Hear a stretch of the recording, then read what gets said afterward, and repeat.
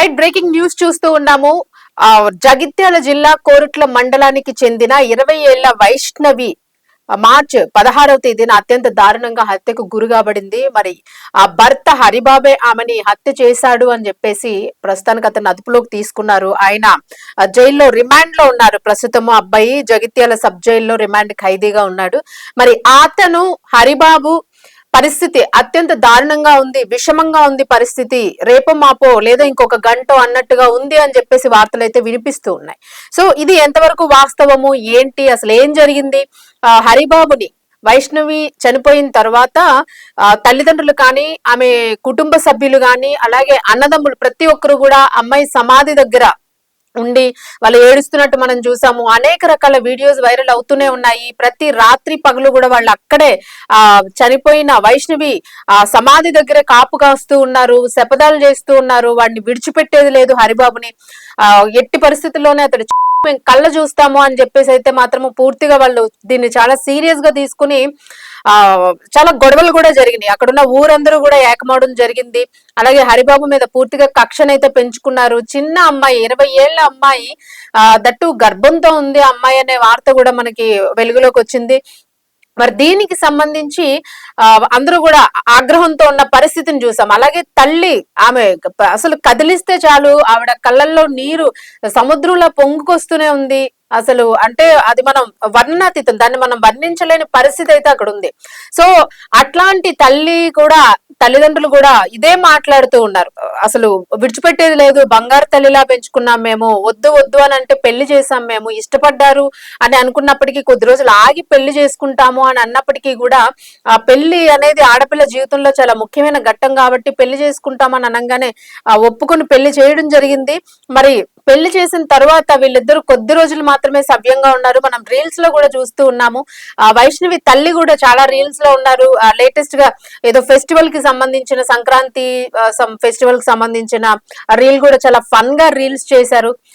కొద్ది రోజులు ఫన్ గా నడిచింది అదంతాను. ఇంకొద్ది రోజుల తర్వాత రీల్స్ అన్ని కూడా చాలా సీరియస్ గా వెళ్ళిపోతూ ఉన్నాయి. ఒక్కొక్కటి కూడా పూర్తిగా ఎట్లా అంటే ఇద్దరి మధ్య ఉన్న ప్రతి గొడవని కూడాను, అంటే రేపు పొద్దున్న ఏదైనా జరిగితే వైష్ణవిని ఏదైనా తప్పు పడతారు, అమ్మాయి తప్పు లేకపోయినప్పటికీ కూడా అమ్మాయి మీద సహజంగా నెట్టేసే ప్రయత్నం చేస్తారు అని ఒక భయంతోనో, లేదు దానివల్ల ఏమైనా నెటిజన్స్ ఏమైనా కొన్ని మెసేజ్లు పెట్టి అన్నా వైష్ణవి చాలా మంచిదన్న, మీరు ఇట్లా చేయకండి, మీరు ఇద్దరు పెళ్లి చేసుకుని ఉన్నారు, చక్కగా ప్రేమించి పెళ్లి చేసుకున్నారు, ఇద్దరు హ్యాపీగా ఉండండి అని ఇలా ఏమైనా ఒక కౌన్సిలింగ్ జరుగుతుందేమో నెటిజన్స్ నుంచి అని ఎక్స్పెక్ట్ చేసిందేమో వైష్ణవి. మొత్తానికి తన ఎక్స్పెక్టేషన్స్ అన్ని కూడా ఓవరాల్ గా తల్లకిందులు అయిపోయినాయి. ప్రతి వీడియోని కూడా ఆయన కింద ఎక్కడో ఒక ఇంటి దగ్గర ఉండి ఫోన్ మాట్లాడుతూ ఉన్నాడు. అటు ఇటు నడుస్తున్న వైష్ణవి ఆ మేడ మీద ఒక చాటుగా ఉండి అతనికి కాల్ చేసి ఫోన్ లిఫ్ట్ చేయట్లేదు ఎందుకు, కంటిన్యూస్ ఎంగేజ్ వస్తుంది, ఎవరితో మాట్లాడుతున్నావు, నువ్వు 10 నిమిషాల్లో ఇంటికి రా, లేదంటే పరిస్థితి వేరేగా ఉంటది అని చెప్పేసి వార్నింగ్ ఇవ్వడము, ఆయన వస్తున్నాను అని చెప్పడము. సో ఇట్లాగా చాలా సార్లు తరచు కూడా ఇది జరుగుతూనే ఉంది. అలాగే ఒక వీడియోలో ఆమె ఫోన్ నేలకేసి కొట్టడం జరిగింది. వెంటనే అబ్బాయి లేచి వెళ్ళిపోవడం జరిగింది. అలాగే నెటిజన్స్ ఫాలోవర్స్ ఎవరైతే ఉంటారో వాళ్ళతో వైష్ణవి పదే పదే చెప్తూ ఉంది, చూసారా ఎలా చేస్తున్నాడు, వేరే అమ్మాయితో మాట్లాడడం కరెక్టేనా, వేరే అమ్మాయితో మాట్లాడుతున్నాడు, ఈ అమ్మాయి ఎవరు, నీ లవ్వరా అని వైష్ణవి అడగడం వల్ల ప్రతి వీడియో కూడాను అమ్మాయి అకౌంట్ లో ఏదైతే ఉందో ఆ సోషల్ మీడియాకి సంబంధించిన అకౌంట్ లో ప్రతి వీడియో కూడా ఇప్పుడు చాలా ఎక్కువ అసలు దానికి వచ్చిన వ్యూవర్షిప్ అంటే అత్యంత దారుణమైన వ్యూవర్షిప్ వచ్చింది. దానికి చాలా హై వ్యూవర్షిప్. ప్రతి ఒక్కరు కూడా దాని గురించి తరచు చెక్ చేస్తూ ఉన్నారు. అయితే వైష్ణవి అసలు వీళ్ళిద్దరి మధ్య ప్రేమ ఎలా చిగురించింది ఇవన్నీ కూడా మనం కంటిన్యూస్ గా మీరు వింటూనే ఉన్నారు. అయితే మరొకసారి దీని గురించి మనం రిమైండ్ చేసుకుందాము. సో దీనికి సంబంధించి అక్కడ పోలీసులు ఇచ్చిన ఆధారాల ప్రకారము పోలీసులు కేసు ఫైల్ చేసుకుని అబ్బాయిని హరిబాబుని అదుపులోకి తీసుకున్న ప్రకారము, అలాగే కుటుంబ సభ్యులు ఏ రకంగా వైష్ణవిని హింసించారో, అసలు ఆమె ఒక అత్తగా ఉండి తల్లిగా ఉండాల్సిన ఆమె హరిబాబు తల్లి ఏ రకంగా హరిబాబు మైండ్ ని డైవర్ట్ చేసే ప్రయత్నం చేశారు అని ఇవన్నీ కూడా చూసుకుంటే వైష్ణవి చక్కగా యూట్యూబ్ లో వీడియోలు చేస్తూ ఒక గుర్తింపునైతే తెచ్చుకుంది. ఇప్పుడు ప్రతి ఒక్కళ్ళు కూడాను అంటే స్క్రీన్ మీద కనిపించాలి, లేదు తమకంటూ ఒక గుర్తింపు కావాలి, తమకంటూ ఒక ఇన్కమ్ ఉండాలి, ఇన్కమ్ సోర్స్ అంటే ఏ పని చేయలేని వాళ్ళు అట్లీస్ట్ యూట్యూబ్ లో సరదాగా వాళ్ళకు వచ్చిన టాలెంట్ ని చూపిస్తూ మంచి యూట్యూబర్ గా పేరు తెచ్చుకుని చక్కగా డబ్బులు ఎర్న్ చేస్తున్న వాళ్ళు చాలా మంది ఉన్నారు. లెక్క పెట్టుకుంటే అసలు లక్షల్లో ఉన్నారనే మనం చెప్పుకోవచ్చు. ప్రతి ఇంటికి ఒక ఇద్దరు ముగ్గురు యూట్యూబర్స్ ఉంటూ ఉన్నారు. సో ఈ రకంగా ఎవరిని వాళ్ళు మలుచుకుంటూ ఉన్నారు వాళ్ళకి నచ్చిన దారిలోని. సో అలాగే వైష్ణవి కూడాను చిన్న ఏజ్ లోనే అమ్మాయి 20 years చాలా లేతగా చక్కగా క్యూట్ గా కనిపిస్తుంది పిల్ల. ఈ రకంగా అదంతా అత్యంత దారుణంగా చనిపోవడం అనేది బాధాకరమైన విషయం. సో ఆ అమ్మాయి మంచి పేరు తెచ్చుకుంది. అలాగే 10 నెలల క్రితము హరిబాబుతో పరిచయం ప్రేమగా మారింది. 2025 మే 29న వెంకటాపూర్ శివార్లో వెంకటేశ్వర ఆలయంలో వీళ్ళిద్దరు కూడా వివాహం చేసుకున్నారు. అయితే ఏదో ఫ్రీగా పెళ్లి చేసేసుకొని ఫ్రీగా మా అమ్మాయిని పంపించేసాం అన్నట్టు కాకుండా ఏదో ఒకటి చెయ్యాలి కదా ఆడపిల్లకి తల్లిదండ్రుల తరఫు నుంచి అన్నట్టు అమ్మాయికి మొదట 5 లక్షలు డబ్బులు ఇచ్చినట్లుగా కట్నం రూపంలో ఇచ్చినట్లుగా తెలుస్తూ ఉంది. అంటే ఆడపిల్లకి ఒక గిఫ్ట్ కిందో ఆ అమ్మాయికి సెక్యూరిటీ కిందో ఇచ్చారు. అలాగే వాటితో పాటు ఇంకొక 5 లక్షలు కావాలి అని చెప్పేసి ఆ పాపని వేధించడము అంతా చేస్తూ తేవాలని హరిబాబు తరచూ కూడా వేధింపులకు పాల్పడ్డాడు అనేది కూడా ఇక్కడ తెలుస్తూ ఉంది. ఆ వేధింపులకు అతని తల్లి లక్ష్మి, అన్నలు ఆనంద్, అశోక్ అనే కొంతమంది అయితే సహకరించారు. అన్నదమ్ములు, హరిబాబు అన్నదమ్ములు, తల్లి ఇద్దరు కూడా మొత్తం ముగ్గురు కూడా సహకరించి విపరీతంగా వేధించారు. కట్నం కోసము డబ్బులు తేవాలి, ఫ్రీగా తిని ఉంటావా ఇక్కడ నువ్వు అన్నట్టుగా, ఇంకొక అమ్మాయిని చేసుకుంటే ఇంకా మంచి అమ్మాయి వచ్చి ఉండేది నీకన్నాను, బోడు కట్నం తెచ్చి అమ్మాయి వచ్చి ఉండేది, నా కొడుకు ఏం తక్కువ. ప్రతి ఆడపిల్ల మగపిల్లడి తల్లి కూడా ఈ రకంగా ఎందుకు ఆలోచిస్తారో అర్థం కాదు. చక్కగా చిలక గోరింకల్లా ఉండాల్సిన వాళ్ళిద్దరి జీవితాన్ని కూడా నాశనం చేసేశారు ఆ తల్లి అలాగే అన్నదమ్ములు కూడా అని దీనిలో మనకు అర్థమవుతుంది. అయితే మొత్తానికి వైష్ణవి 4 నెలల గర్భిణీగా ఉంది. అటువంటి గర్భిణీగా ఉన్న అమ్మాయి మీద వేధింపులు ఎలా చేసింది ఒక స్త్రీ అయ్యుండి కూడా హరిబాబు తల్లి అనేది కూడా ఇక్కడ అందరికీ కూడా తీవ్రమైన ఆగ్రహాన్ని రప్పిస్తున్న పరిస్థితి.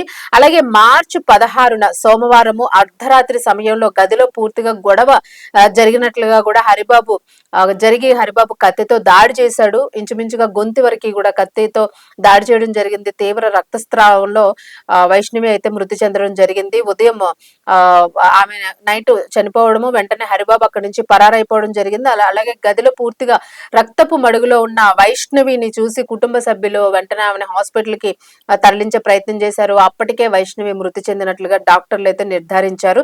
మరి దీనికి సంబంధించి పరారీలో ఉన్న హరిబాబుని కోనరావుపేట జంక్షన్ క్రాస్ రోడ్స్ దగ్గర పోలీసులు అయితే పట్టుకోవడం జరిగింది. అలాగే అతనితో పాటు హత్యకు ఉపయోగించిన అలాగే తప్పు మరకలు ఉన్న కొన్ని దుస్తులు కూడా బైక్ ను కూడా స్వాధీనం చేసుకున్నట్లుగా మనకి పోలీసులు వెల్లడించిన వివరాల ప్రకారం అయితే తెలుస్తోంది.